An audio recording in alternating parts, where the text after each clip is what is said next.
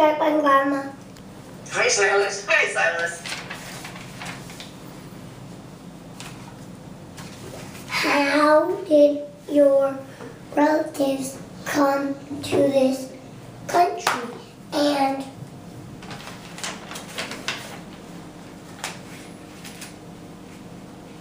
where did they settle? Well, I'll start, Silas. Originally, my ancestors came from Europe and the British Isles over 100 years ago.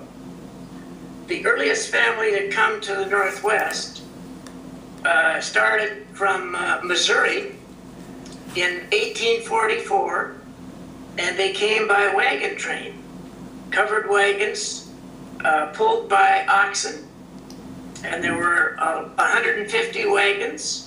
It was the second wagon train coming west from Missouri, and they came up through Nebraska and Montana into the state of Oregon.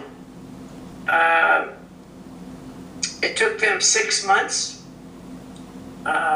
Most of them walked. The women and children often rode in the wagons. They met Indians.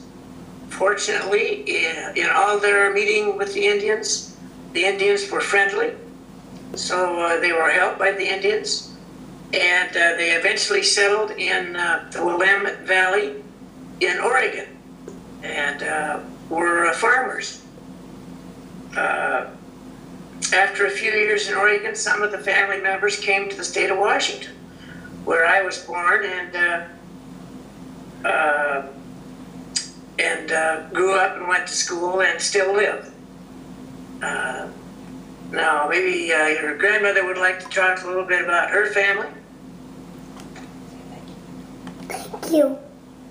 Hi, Silas. Silas, part of my family came from Italy. And this was about... Wait. My teacher's from Italy. Is she? Well, then I'll tell you my grandfather's name. His name was Giuseppe D'Alessandro. And when he was a boy, that's an Italian name, and when he was a boy, he grew up on a farm, and they were very, very poor. And he had 5 brothers and sisters, and there was a war coming, and his mother and father in Italy, and his mother and father didn't want him to be in the war, or his brothers. So 2 of his brothers came to the United States first, and then came to Seattle. And when he was 16 years old, his father borrowed money to put him on a big ship. And he first took a train for 3 days in Italy, and then he got on a ship. And it took him 3 weeks to come to New York City. And he came to New York City, not far from where you live right now. And he got on a train, a regular train, a steam train, and went across the country all the way to Seattle. That's about 3,000 miles from where you lived. It's a long ways. And that took him 6 days. When he got to the train, his brother knew he was coming because he had sent a telegram. So his brother met him at the train and took him to live with him. And he had another brother there also. Now, eventually, the 2 brothers went back to Italy. But my grandfather stayed in Seattle all his life. He never saw his mother and father again. He never saw Italy again. And he was all alone in this country. He could speak no English at all. So it was pretty tough. He went to work, and he dug ditches all day long, about 10 or 11 hours a day with a shovel, bending over. And if he was lucky, he got paid $1 for the whole entire day. It's very poor. Very, very poor. Eventually, about 2 years later, my grandmother came from Italy, and she was from the same town as my grandfather, a town called Tufara. And she did the same thing. She got on a ship. She came to New York City. She rode on a train for 6 days and came to Seattle.